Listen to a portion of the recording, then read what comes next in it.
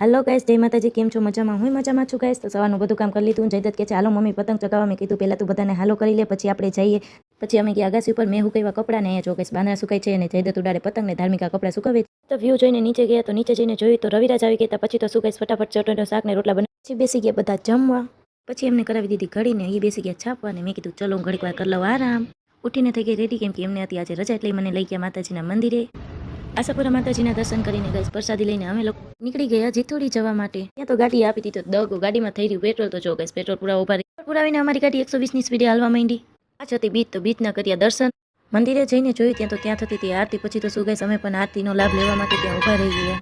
કર્યા જીતુડી દાદાના દર્શન, રામ ભગવાનના દર્શન ને ભોળાનાથના દર્શન કરીને હનુમાન ચાલીસાને પગે લાગીને કરી પ્રદક્ષિણા કરીને ગાઈસ પ્રસાદી લઈને અમે લોકો નીકળી ગયા તરફ. ઘરે આવીને ગાઈસ છોકરાને લાગતી ભૂખ, તો મેં બનાવી એમના માટે ચિપ્સ બનાવીને ગાઈસ ઘરમાં ગઈ તો જોયું તો મારો કાનો તો સૂઈ ગયો. તો કાનાને ઉઠાડી જમાડીને હું બેસી ગઈ કામ કરવા.